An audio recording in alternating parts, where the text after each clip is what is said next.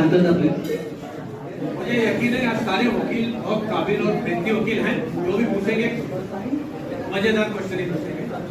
ये बता दूं आपको कि यहाँ प्रैक्टिस आपको ज्यादा नहीं है।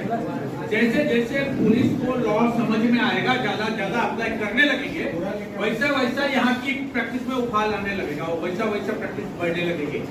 और जहाँ जहाँ ये जो स्पेशल कोर्ट्स या स्पेशल एक्ट ये सारे थे, वो सारे वकीलों के बड़े बड़े जो काउंसिल अगर कोई केस करेगा, उनकी लंबी लंबी गाड़ियों के लिए यहाँ कितनी जगह होगी पार्किंग लॉट में पता नहीं, लेकिन यहाँ भीड़ बढ़ने वाली है वकीलों की बाहर के।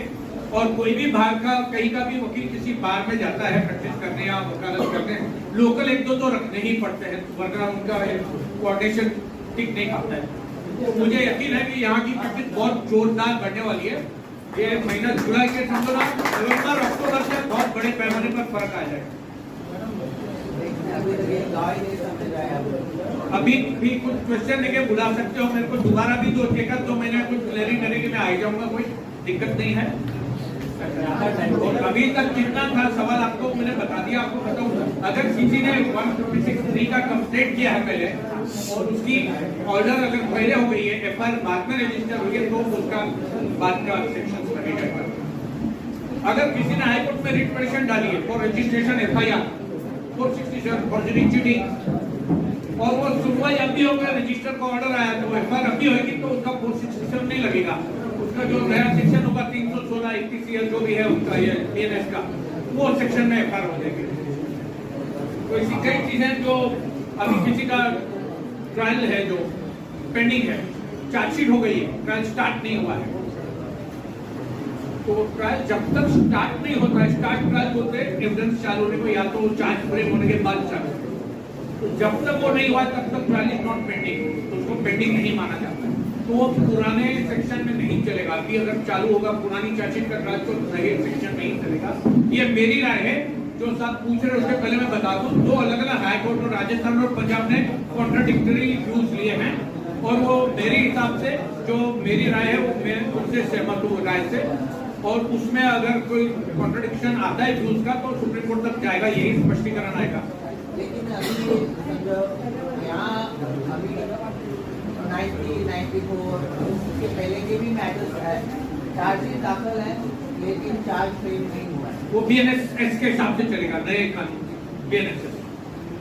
एक्चुअली एक्ट पढ़ते वक्त ऐसा लगता है कि वो हिसाब से चलेगा। आपको सिंपल तरीका बता दूं, आपको केस जल्दी चलाना है ना, अगर बाद से सेक्शन 531 जो है ए, उसको कॉपी पेस्ट करके टाइप कर देना एप्लीकेशन में, as per this proceed with this act, उतना ही आपको डालनी एप्लीकेशन। वो 2 मिनट में court will consider and decide appropriate order, which I think should be as per this.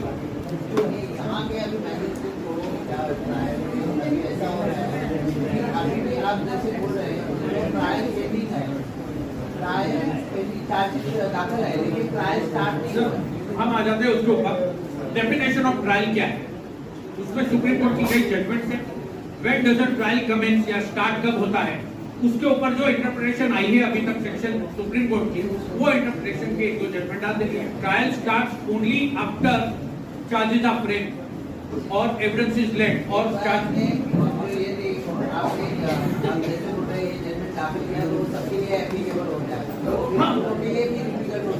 अभी जो लॉ है डिफिकल्ट क्या होएगा, उल्टा आपको अच्छा रहेगा 25 केस 10 साल से पेंडिंग है, उससे अच्छा 7-1.5 साल में खत्म हो गए, प्लीज आ गए सर, काम चालू हो गया।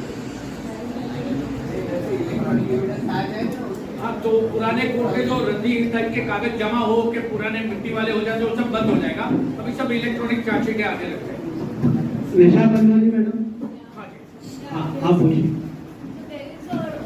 Recently, February 2024, Honorable Supreme Court has passed a judgment in Lalit Chaturvedi, wherein they have stated that police officer cannot act as a recovery officer, recovery of money. Police cannot be used as a medium to recover the money from the accused. So, in that case, when you mentioned 107 of BNSS Act, how we can use it in favor of the client? Since we are also for the defense, we are also defense lawyers. So can we use that? Or if the judgment is absolutely in a contradiction with the provision stated in 107. How are we gonna imply that judgment? And I mean, I don't know how to protect the interest of as a defense lawyer, since there is already a reportable judgment. May I know your good name, madam? Nisha Panjwani. Isha Panjwani. Rishabh Panjwani जी, आपने बहुत पेचीदा सवाल पूछा है, interesting सवाल पूछा है। एक चीज की मुझे इस सवाल से खुशी तो बहुत हुई कि यहाँ के वकील जो सवाल करते पूरी जजमेंट पढ़ के सुप्रीम कोर्ट का जिस्ट हाथ में रख के फिर बात करते हैं with name of the judgment. है बिल्कुल है जजमेंट, नो डिफिकल्टी, लेकिन वो आपको याद दिला दूं मैं, that judgment is respect of forgery and cheating only, it is not in respect of other acts. अगर एमपीएडी सेक्शन देखो आप, एमपीएडी में वहाँ पुलिस को पावर है, तभी आईपीसी में या सीआरपीसी में पावर नहीं था कि चीटिंग का पैसा इतना ही भरो। कई जजमेंट ऐसी भी थी कि court can not lay down condition के तुमने 50 लाख चीटिंग किया है तो एंट्री बेल के पहले तुम 50 जमा करो तो मैं एंट्री बेल दूंगा। अगर किसी ने 10 लाख की चीटिंग, उसके पास 1 लाख भी नहीं तो उसको बेल नहीं मिलेगा क्या, जब तक वो पैसा नहीं। तो वो यार्डस्टिक अलाउड नहीं थी कि पैसा ही is not a condition to get bail और टू गेट अक्विटल, और police has no power to recover the money in cheating. वो आईपीसी में था, सीआरपीसी में था। सीआरपीसी में क्या था, एक सेक्शन था 102 जिसमें पुलिस को पावर था टू अटैच इमूवेबल प्रॉपर्टीज, पैसा अटैच करो, बैंक बैलेंस अटैच कर दो, चीटिंग होने तो बैंक अकाउंट फ्रीज कर दो। अभी किसी ने 500 करोड़ डकार लिए चिटफंड करके या कोई स्कीम चला के, क्रिप्टो करेंसी का स्कीम चला के, और वो प्रॉपर्टियां लेके लोनावाला, दुबई, बंगलो बैठ गया और भाई साहब की प्रॉपर्टी लिक्विड तो है नहीं, पुलिस के पास कोई सेक्शन नहीं है अटैच करने को, तो एक प्रॉब्लम हो जाता है। तो अभी क्या है, सेक्शन आ गया नया, that was in respect of IPC CRPC. Now we have BNSS 107 is categorically stating police has power to seize. So it was not Supreme Court prohibiting the police from seizing the properties or recovering the money, but it was interpreting the power which police has to recover the money or not under 420 IPC or cheating case. So in that cases police had no power to recover the money. MPID cases, yes, they have power to attach and recover. PMLA they have power. In similar other cases they have power to attach immobile assets. तो अभी का जो IPC है उसमें तो terrorist act आ गया है, उसमें आपके पास ये 111 आ गया जो एमसीओसी का कॉरेस्पॉन्डिंग सेक्शन बना दिया इन्होंने बीएनएस में, और ये 107 ने तो बना दिया wider power than the even PMLA. Any person any case under investigation means कोई भी आरोपी उसका प्रॉपर्टी प्रोसीड ऑफ क्राइम मिल गया तो ऑटोमेटिकली वो जरूरी कि अरेस्ट हुआ रहे। तो even if is under investigation ना पुलिस के पास और वो आरोपी बन गया है और उसकी जांच में प्रॉपर्टी ट्रेल आ गया है प्रोसीड ऑफ क्राइम, तो सेक्शन ही आ गया, no interpretation will have to be done in respect of this section. That section was not existing that time, there is no contradiction, that is only interpretation of 420 467 and power of police in respect of 102 CrPC, maximum what police can do, that is what. Still, I would feel like when the matter That judgment is no more binding on BNSS related or new procedural laws which will now apply into investigation. When the FIR itself is stating that the matter is of civil case and there is a false indication prima facie apparent on record, but then my property has, my client's property has already been attached, and in that case I don't have any protection as against how to protect that. Depends if it is attached. The group has no question. I disagree. You have to, when you feel such a situation, you contact me. I'll show you how you will argue, and I'll see that you will get an order. That's the reason. Any advocate from here has difficulty in practicing or filing some petition in High Court, you can contact me. I'll guide you. I will not argue or appear. I'll make you trained well to argue and appear, and I'll ensure that you will succeed with your efforts. Asha Thakur madam. Private complaint में जो पहले किया हुआ है 23 में और वो pending है, और 202 रिपोर्ट के लिए तो वो कौन से इसमें जाएगा? मैं आपको बताता हूँ, if any inquiry is pending और वो इंक्वायरी पेंडिंग है, वो 202 सीआरपीसी अगर दिया है वो रिपोर्ट आएगी इसके हिसाब से, नवे के हिसाब से, सॉरी पुराने के हिसाब से रिपोर्ट आ जाएगी, because inquiry is pending. Report file होने के बाद अगर कोर्ट को कॉग्निजेंस लेना है और अगर वो चलाना है ट्रायल, तो that stage is different, trial चालू होता है, वो बीएनएसएस में चलता है। अभी हम दूसरा एक इसका एग्जांपल दे देते हैं आपको। अगर वो ट्रायल खत्म हो गया है, जजमेंट देनी बाकी है तो वो बीएनएसएस का होगा, लेकिन जजमेंट के बाद अगर वो कन्विक्शन सीआरपीसी में चलेगा और जजमेंट और कन्विक्शन सीआरपीसी में हो गया है, अपील जानी है तो appeal will be under BNSS. तो investigation is one stage, trial is another stage. The only fine line in the trial is that you have to distinguish and understand what is the definition of pending of a trial. When is a trial pending? Only after it commences, not before that. So if a trial has not yet commenced, now when does it commence?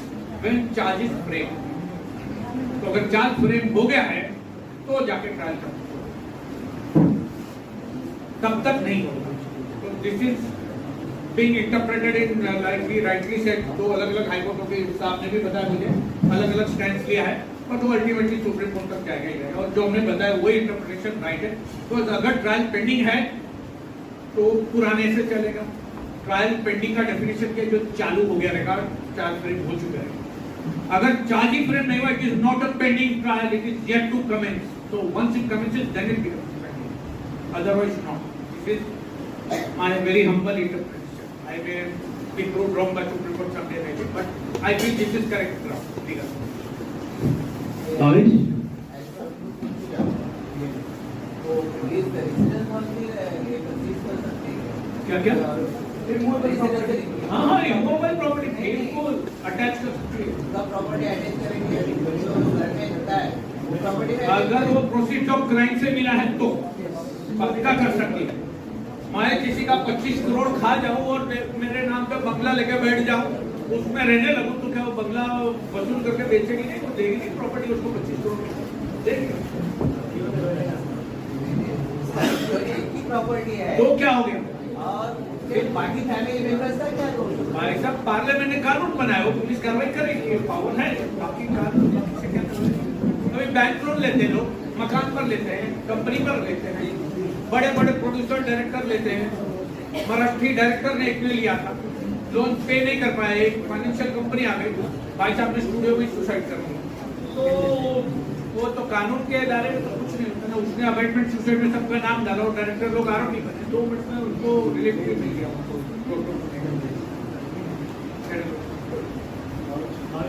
Yes practice करते हैं ना criminal वकील, थोड़ा जोरदार आवाज होना चाहिए. Ladies को तो बोल नहीं सकता हूँ ये बात. आप सॉरी सॉरी आप व्हाट्स योर नेम? सर जैसे अधिनियम का सेक्शन 61 बोला है कि हाँ. संस्थान और वीडियोग्राफी करते हैं, उसमें it is certain with the certificate. It shall be detailed as evidence. Nothing shall deny the admissibility as evidence. How much it is effective as far as the WhatsApp case are? Effective.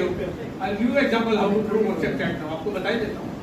अभी मैंने mobile पे किसी ने एक group में हम बैठे हैं, वहाँ पे किसी ने एक को गाली दी, दूसरे ने तीसरे को दी, लेडीज ने भी किसी को दी, लेडीज को किसी ने दे दी. तो लेडीज ने कहा प्रिंट करके लेके आ गए, भाई ये देखो मेरे को गाली दी है, ये सेक्शन लगता है, आप ये ले लो. और मैंने मेरे मोबाइल से ये मोबाइल नंबर ये है, मैंने वो फॉर्मेट दिया हुआ है, मेरे को सिखाने की जरूरत है, आपको रेडीमेड फॉर्मेट है. सिर्फ आपको एक चीज सीखनी पड़ेगी, एक लेक्चर और रखना पड़ेगा उस पर, जो हैश वैल्यू होती है ना उसकी, चैट की और इलेक्ट्रॉनिक एविडेंस की. अगर कोई आप वीडियो निकाल के दे रहे हो या कुछ तो अलग बात है. चैट का प्रिंट आउट दे रहे तो उसको सिंपल चीज है, printed in from my mobile, वो सर्टिफिकेट फिल अप करके दे दो, तो that should be deemed evidence. देखो उसके भी हाथ में आवाज चला गया, तो चैट करके वो क्या डिलीट कर दिया, फिर आपने पुलिस रिकॉर्ड से. अगर इतना ही आसान होता वो चैट प्रोड्यूस करके कनेक्शन ला, तो डिफेंस वकील फीस करके लेता. You will be there to destroy that by cross examination.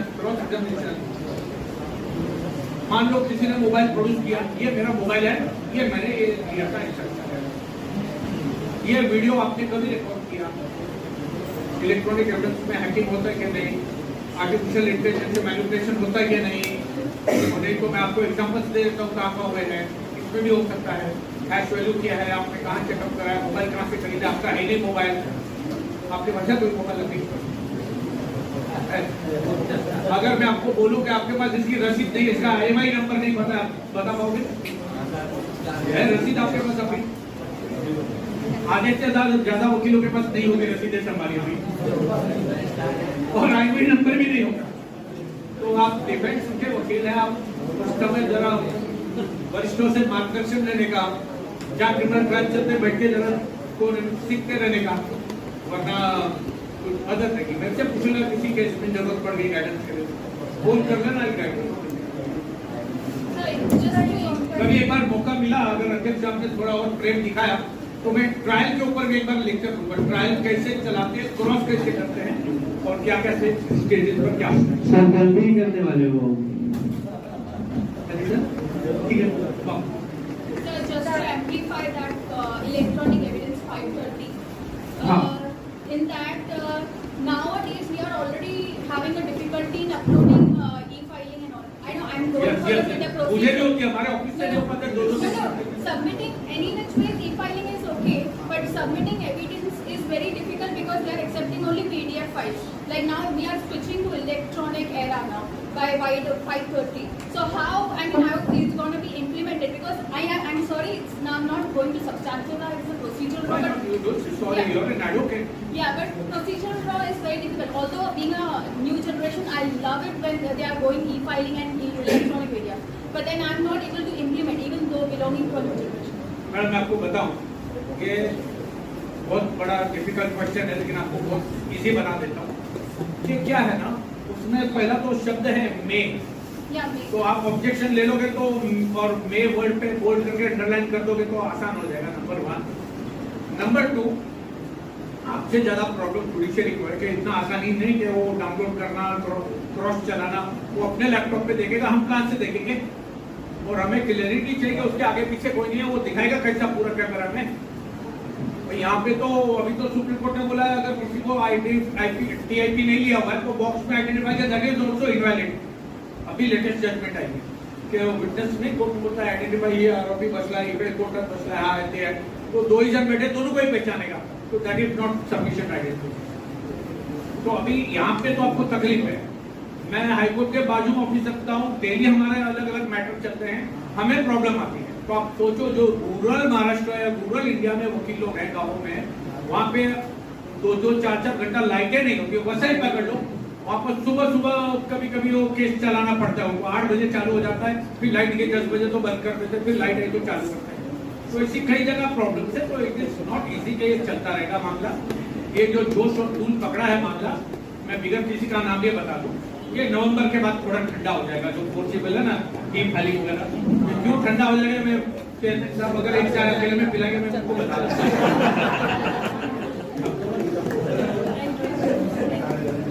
ये चीज बहुत अच्छी है, इंडिया को परिवर्तन होना चाहिए, टेक्नोलॉजिकल ये होना चाहिए।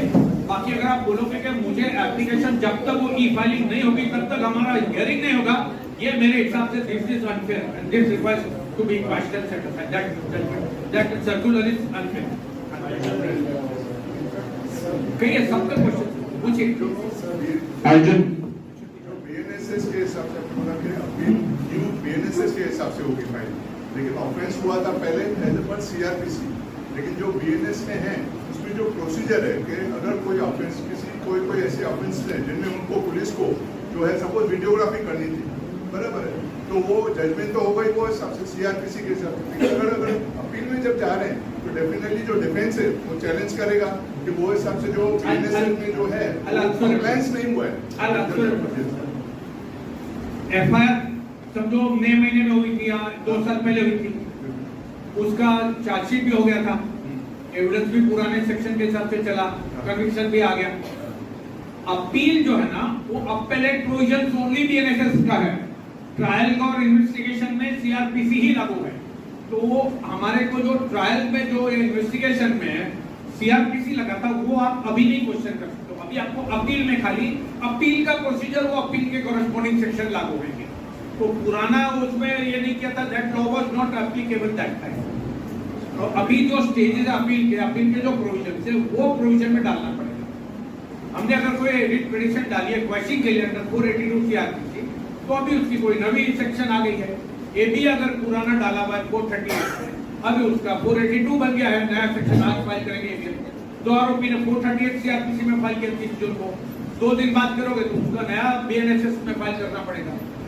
सर उसमें लेकिन ट्रायल के टाइम पे लेकिन चार्जशीट फाइल हो गई और ट्रायल स्टार्ट नहीं हुआ, अभी चार्ज फ्रेम हो गए BNS के हिसाब से उसका एविडेंस चलेगा BNS, तो सर लेकिन चार्जशीट जो है सर वो सीआरपी के हिसाब से, तो वो लेक्चुलर के ऊपर कैसे होगा? कैसे कौन सा लेक्चर आएगा? फॉर एग्जांपल चार्जशीट हो गई, इन्वेस्टिगेशन हो गई, वीडियोग्राफी तो जरूरी था ही नहीं कभी भी।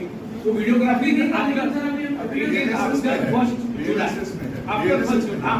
बीएनएस में कहीं-कहीं पर है videography is compulsory investigation if the punishment more than 7 years. Sir ये जो वीडियोग्राफी का सेक्शन है, it is after first July, not before that.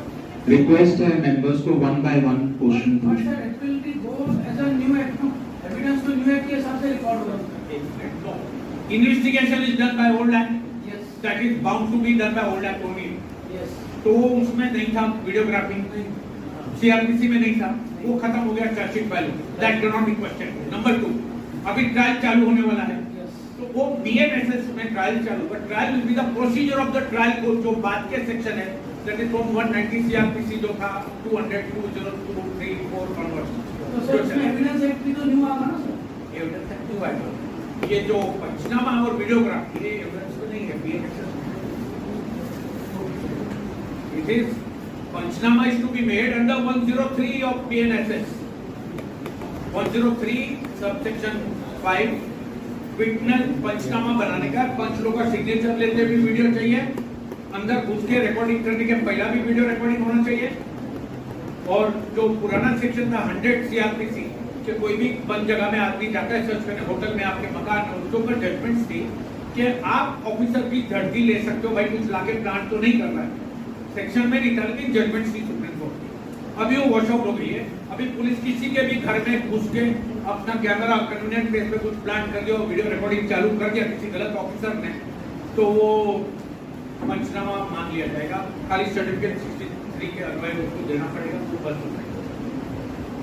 तो ये जो क्वेश्चन से आप जितना ज्यादा पूछोगे, मैं उतना मेरे लिए भी अच्छा हो जाएगा। शार्प हो जाएगा।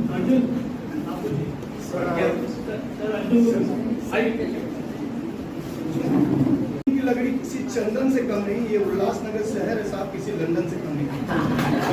मैं पूरा सहमत हूँ आपसे। Thank you for the nice point. आप Sir, I have two questions. The first one is whether date of offence is a factor. Is date of offence a factor? Suppose I commit a offence on 20th of June or prior to the new law came into force. 2 साल पहले किया है आपने, offence आज register किया, BNS लगेगा आज का आईपीसी में। Now this creates two possibilities. What if that offence is not punishable under IPC but punishable under BNS? And another possibility is what if that offence punishment is less in IPC and punishment is stricter in BNSS? BNS. Now what will be? अच्छे question. For example आपको बता दूं, नया section जो है, जैसे 113 terrorism का definition है, कभी आराम से पढ़ना, बहुत डेंजरस है वो सेक्शन। पहले वो था ही नहीं सेक्शन, तो अगर किसी ने पहले वो गुनाह किया है और वो सेक्शन नहीं था, आईपीसी तो लगी जाएगी, तो मतलब बीएनएस का सेक्शन लगाई देगी पुलिस तो उसमें। लेकिन एक सेफगार्ड है, द एसपी और the concern DCP has to decide कि यूएपीए लगेगा कि नया सेक्शन लगेगा। अगर उनको लगेगा क्राइम की जो उनके पहले का है, तो शायद वो यूएपीए में डाल देंगे, और अगर उनको लगेगा बाद का है, तो इतना लंबा यूएपीए वाला प्रोसीजर के उसमें तो 30 दिन की पीसीएस है, यहाँ तो 90 दिन चालू हो जाती है। 90 दिन भी कैसे आपको समझा दिया मैंने, कितना वो स्ट्रेच कर सकते हो, तो उतना है फ्लेक्सिबिलिटी को। तो वो पुराना अगर ऑफेंस नहीं था तो वो सेक्शन नहीं लगेगा, नंबर 1। नंबर 2, आप बोलोगे कि मर्डर का नया सेक्शन नहीं लगेगा, ऐसा नहीं होगा। मर्डर पहला हुआ, आज रजिस्टर हुआ है, फॉर्जरी पहला की थी, आज रजिस्टर हुई है, नए सेक्शन लगेंगे। कॉरेस्पॉन्डिंग सेक्शन वही था, पनिशमेंट वही है, कोई गलती नहीं है। किसी में अगर बढ़ गई है तो उसका बढ़ने का फायदा किसी को नहीं होगा, नुकसान हो रहा है तो वो अलग। That is there in 531 only, स्पष्ट किया सेक्शन 531 में। और अगली बार में अटैच करूंगा, उसमें अटैच नहीं है। बीएनएसएस का 531 जो सेक्शन है उसको क्लियर है पूरी। Sir, now the issue that you both were discussing. पूछे no problem. Sir, Article 20 of the Constitution Yes. is that the देख रहा हूँ बहुत यूट्यूब पे चल रहा है। पुणे की हमारी सिस्टर एडवोकेट, उन्होंने भी उसी के ऊपर बहुत किया। I disagree, I explain to you now. बताइए क्या क्वेश्चन है? सर, जैसे आपने बोला वो यूएपीए वाला एग्जांपल दिया, एनहांस पनिशमेंट है या सेम सेक्शन है, अगर एनहांस पनिशमेंट है तो एक्स पोस्ट फैक्टो का जो बेसिक प्रिंसिपल है बोलता है कि जो टाइम पे कानून रहेगा उसके हिसाब से ही उसको पनिशमेंट मिलना चाहिए। बरोबर। तो अगर 420 में एग्जांपल, मैंने पनिशमेंट नहीं मालूम, मुझे अगर इंक्रीज कर दी है तो वो टाइम का पनिशमेंट मुझे लगेगा या जो वो नया time। BNS के टाइम का गुड, अभी कोई फर्क नहीं आया, वो चीजों में नहीं किया उनके पास, जो रेगुलर क्राइम से नहीं किया, सिर्फ ये जो 111, 113 उसमें ज्यादा फर्क है। वो कौन सा ये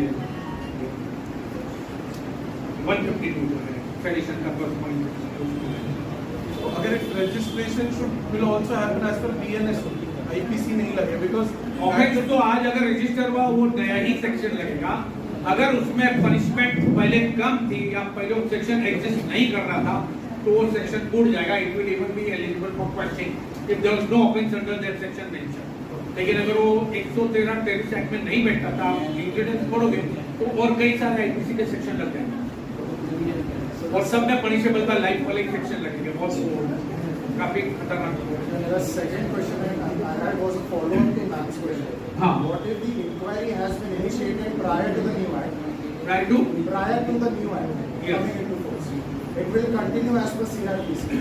But the trial of that inquiry will be under the new act. That is what Sir said. But how can we have two procedural courts for the same offence? Sir, Parliament has made the law. Parliament says any inquiry, investigation, appeal or trial or application, ये 5 चीजें, inquiry, appeal, trial, investigation, application, which is pending on 30th June, that will continue on the CR. So whether the interpretation would be that the trial of that inquiry will be under CRPC only or it will be under BNS? If inquiry is pending, inquiry will be under CRPC. Once that inquiry Trial is not pending. Trial will be deemed pending only after it starts, not before that. I am there in the race. Doesn't mean that I have not taken participation, but still I am in the race.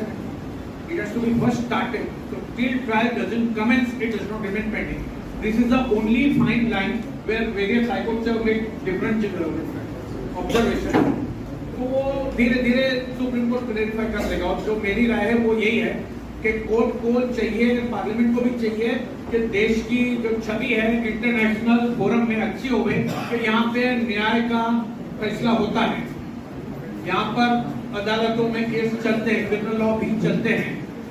पहले क्या था, commercial courts act में था तो वो लेके आ गए international transaction.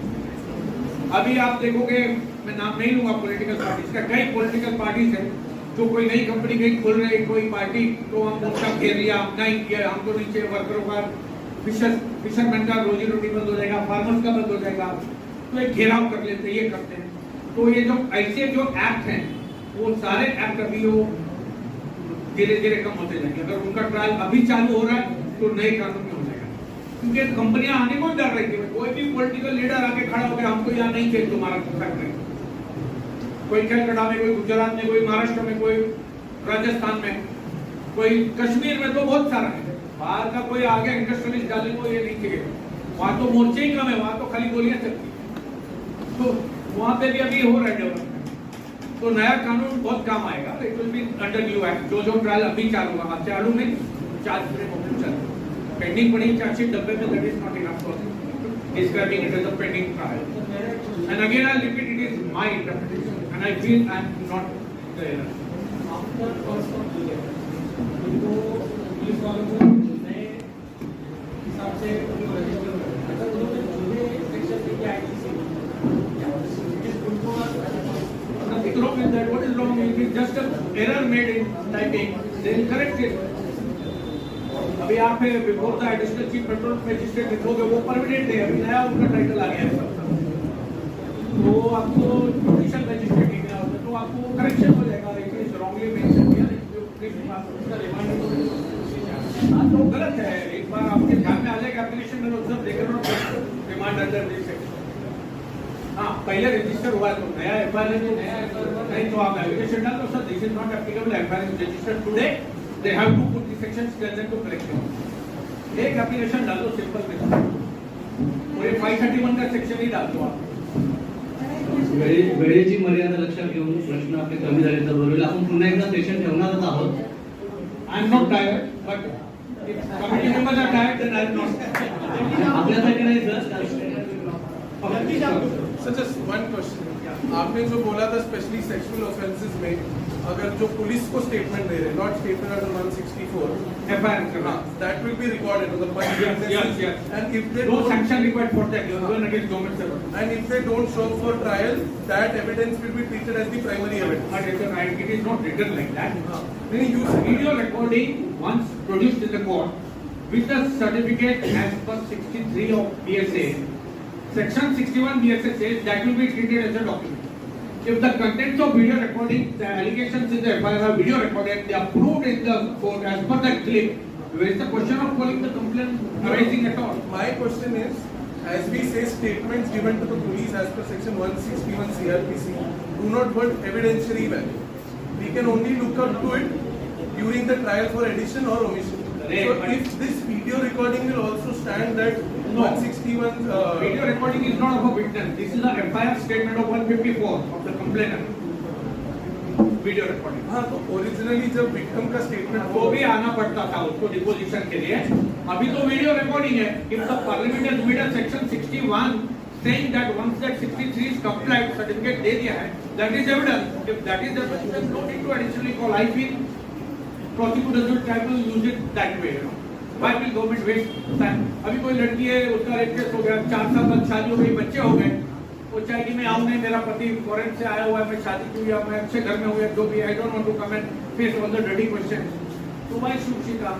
Or this will, once this is evidence proved as per the new newly enacted act, तो 1 जुलाई के बाद जो है गुना दाखिल और पंचनामा या FIR उसकी जो है वीडियो रिकॉर्डिंग हुई है.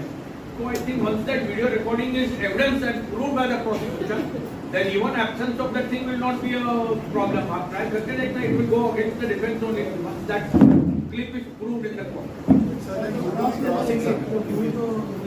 Good question, very good question. मैं वही सोच रहा था कि अभी और कठिन क्वेश्चन बाकी है. That will not become evidence under the Evidence Act. It becomes evidence only after the evidence is subject to the crossfire of cross-examination. Otherwise, it is not evidence. So for that, you will have to call the complainant and take cross-examination. It cannot. But deposition उसका जो है skip किया था. What about in case of death of that? That will be a new situation. It may be treated as a incomplete evidence. For example, आपने देखा होगा सलमान खान था. सलमान खान था. उसने कुछ लोगों को गाड़ी चढ़ा दी थी जिसमें उसका नाम आया था कि ही आरोपी, मैं तो नहीं कहूँगा, उसने चढ़ा दी थी. FIR बोलती थी उसने चढ़ाई थी. उसका बॉडीगार्ड था कोई मिस्टर पाटिल साहब, उन्होंने भी पुलिस बॉडीगार्ड था, उन्होंने एविडेंस दिया था कि हमने देखा, सब उसका एविडेंस हो गया था. उसके बाद वो 7 साल मिसिंग रहा बॉडीगार्ड. उसके बाद वो मर भी गया. सलमान साहब के वकीलों को कुछ क्रॉस करने मिला नहीं. That evidence was discarded and he got acquittal. We got conviction but then later on I could say. तो वो प्रश्न आपके सामने ये उत्तर. You cannot allow a examination in chief to happen and then say no witness died so you get convicted. No, you have to cross-examine. You have that right remain. That cannot be washed away under any law. Okay, so it will be like you are sending somebody to jail. Okay. हाँ, एक चीज जरूर है. बॉम्बे में जो आपके यहाँ पता नहीं जेल की स्ट्रेंथ क्या है और भरे हुए कितने हैं. बॉम्बे में एक है जेल आर्थर रोड, उसकी स्ट्रेंथ 800 है ऑफिशियल. 3000 के आसपास हमेशा भरे हुए रहते हैं उधर. और अभी जो है और ज्यादा पता नहीं कैसे छूटे इसको जो कस्टडी में जाएंगे 60 और 90 दिन वाले. और हम नया जेल, बहुत सारे नए जेल बनाने पड़ेंगे. एक जेल से शायद निकलेगा. हर डिस्ट्रिक्ट में मिनिमम एक बड़ा जेल बनेगा जो अभी एक उसका डबल है. शेवटचा प्रश्न सोनी मॅडम आपल्याकडनं. हाँ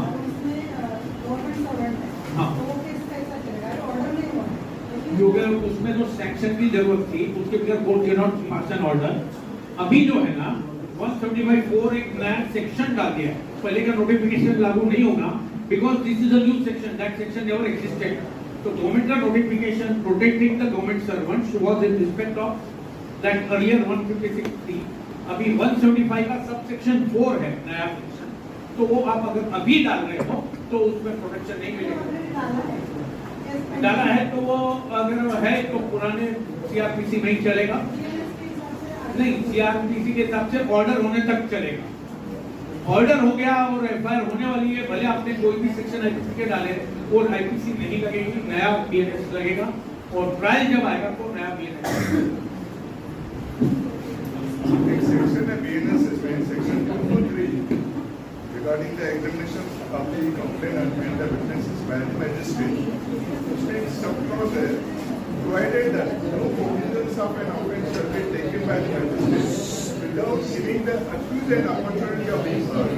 तो जो एक ज़्यादा कौन सा है? प्राइवेट कंप्लेंट में।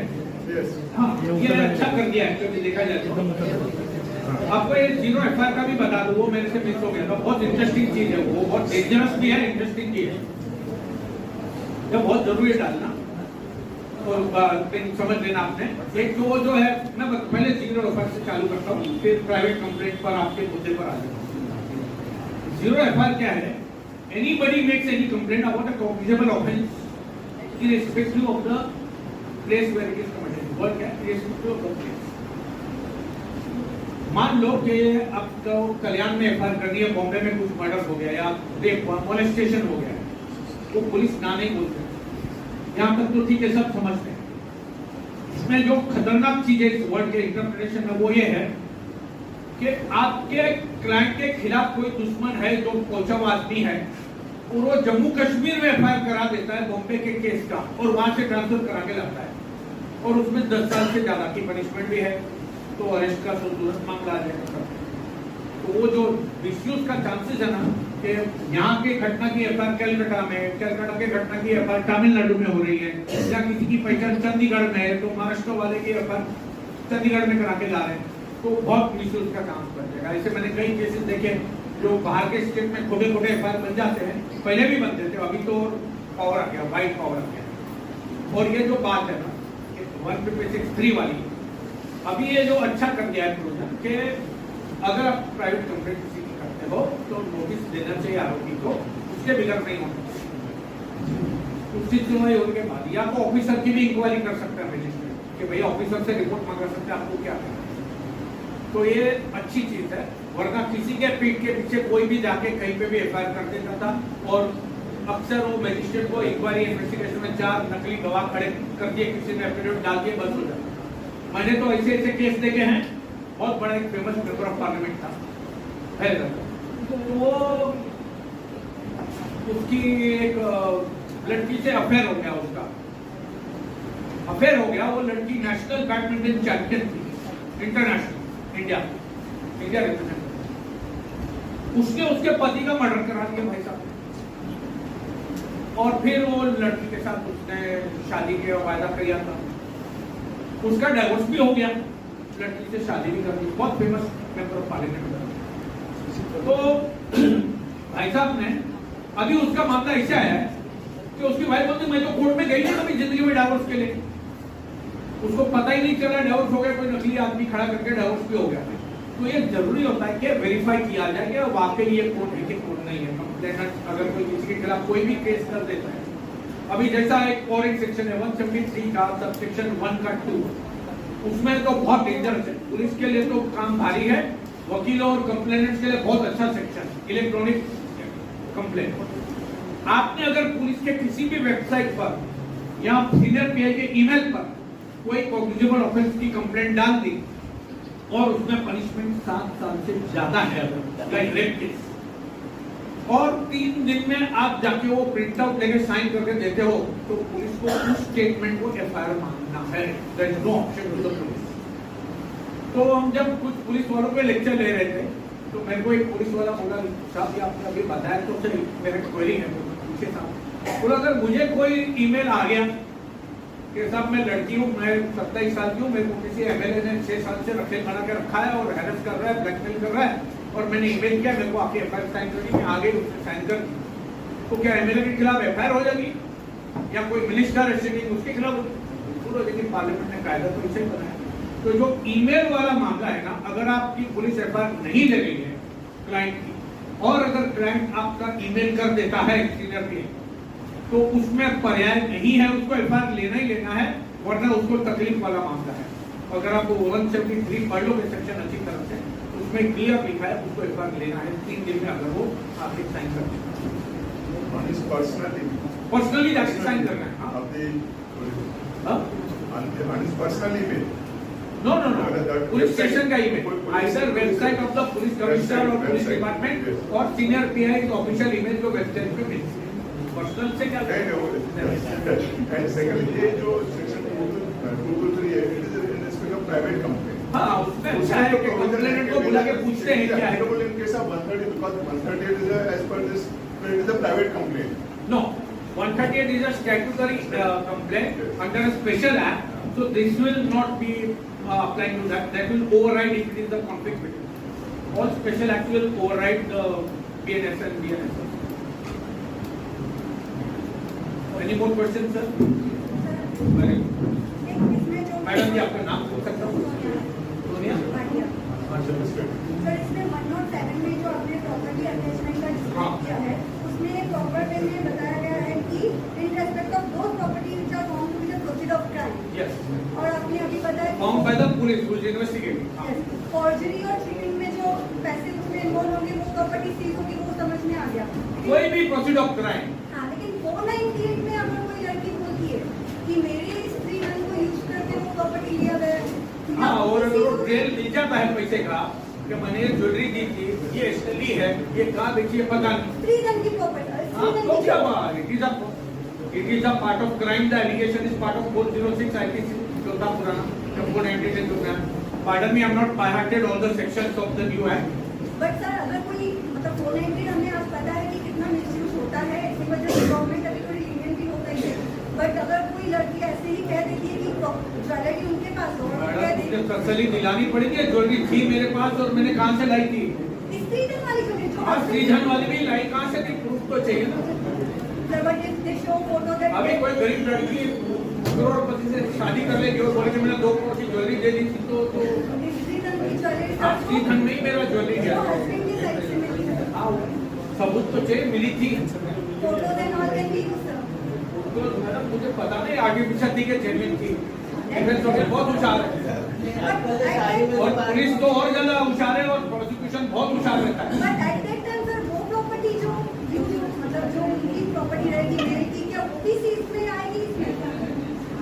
अगर वो प्रोसीड ऑफ क्राइम दिखता है, इसने हमारा गोल्ड बेचा है, उसको जांच में मिल जाएगा कि उसने मिली थी और वो अभी उसके पास नहीं है और वो बेच के कुछ खरीदा, ऐसा चेन मिलता है तो, और उसके अलावा भी कहीं और चीटिंग करके लाया वो आदमी, तो वो भी जब्त हो जाएगी। प्रोसिक्यूशन बहुत होशियार है वैसा, वो हमको ट्रायल के टाइम ही समझता है। हम तो एक केस देखे हैं, कंप्लेनेंट एंटी करप्शन में पुलिस ऑफिसर कंप्लेनेंट मेरे को रिश्वत देने आया कोई और मेरे को ब्राइब कर रहा है, कितना ईमानदार ऑफिसर, वो उसने पकड़वा तो दिया, एविडेंस के टाइम पता नहीं कुछ फंस गया, उल्टा उल्टा बोल के उसको उल्टा डिक्लेयर किया, उसके बाद वो मर भी गया। हमने डिस्चार्ज के लिए डाला, भाई एविडेंस ही नहीं है कंप्लेंट का, तो रिजेक्ट किया। ट्रायल चला आगे, ट्रायल चला तो जब किया तो चाहिए ना, कहाँ एनवलप खोला तो एनवलप खाली, मैं बोलता अभी भी मैं ट्रायल चलाऊंगा, फिर अभी क्वेश्चन डाल। तो ऐसा है प्रोसिक्यूशन का केस। तो आप बोलोगे मेरी ज्वेलरी थी और बिल और पेमेंट का नहीं दिखाओगे तो मानना मुश्किल होगा। फिर डिफेंस के लिए आसान तो साहब किसका आर्टिफिशियल ज्वेलरी होती है। Thank you everyone. आपण सर्वांनी शांतपणे सरांचं जे काही मार्गदर्शन होतं ते ऐकलं आणि सरांनी देखील आम्ही विचारलेल्या टेक्निकल प्रश्नांना तेवढ्या तयारीने आणि एकदम शॉर्टकटमध्ये उत्तर देऊन आमचं सेक्शनकडे लक्ष वेधून घेतलं, त्याबद्दल मी आपले देखील आभार मानतो आणि मी आपल्या अध्यक्षांना विनंती करतो की त्यांनी शेवटचे त्यांचं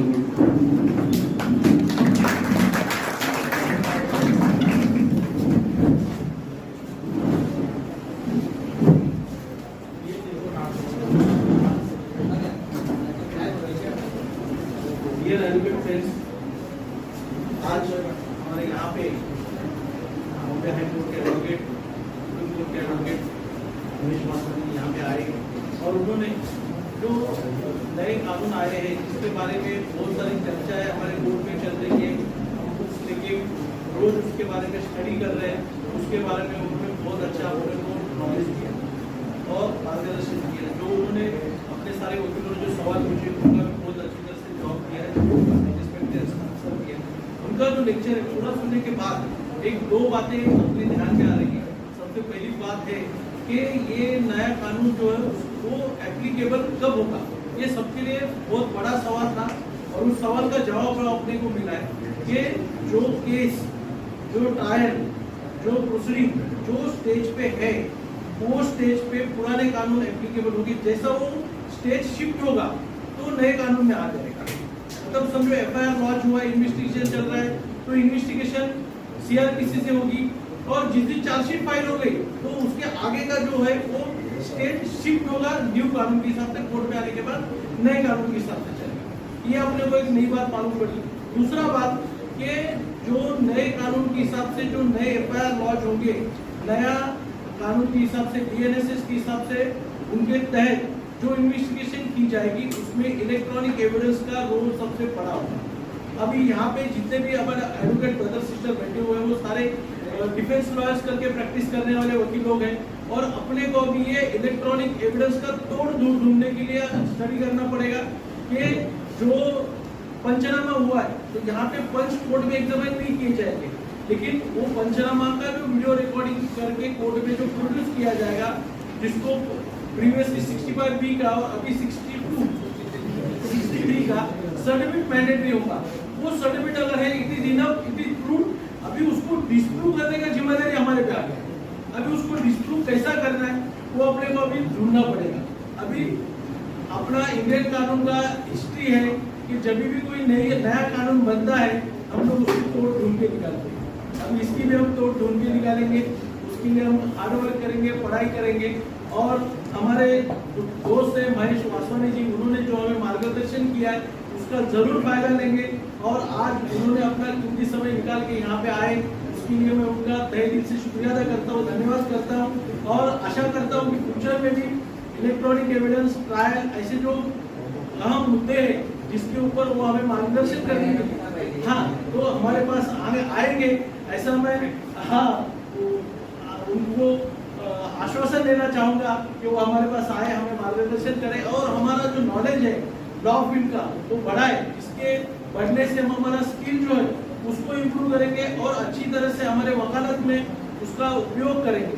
और आज महेश वासवानी जी आए, मैं उनका आभार मानता हूँ यहाँ पे आए करके और हाँ नहीं हम बहुत कई दिनों से आभार मानते हैं आपका। और हमारे यहाँ पे जो ब्रदर और सिस्टर एडवोकेट यहाँ पे अपना टाइम निकाल के बार की रिक्वेस्ट पे यहाँ पे आए और इस कार्यक्रम में सबने सहभाग लिया, एक्टिवली रोल लिया, सवाल पूछे, उनका भी मैं तहे दिल से शुक्रिया अदा करता हूँ, धन्यवाद मानता हूँ। और जो हमारी कमेटी है, कमेटी ने भी ये प्रोग्राम अरेंज करने के लिए जो मेहनत की है उनका सबका भी आभार मानता हूँ और ये आज का कार्यक्रम खत्म हुआ ऐसा जाहिर करता हूँ। धन्यवाद।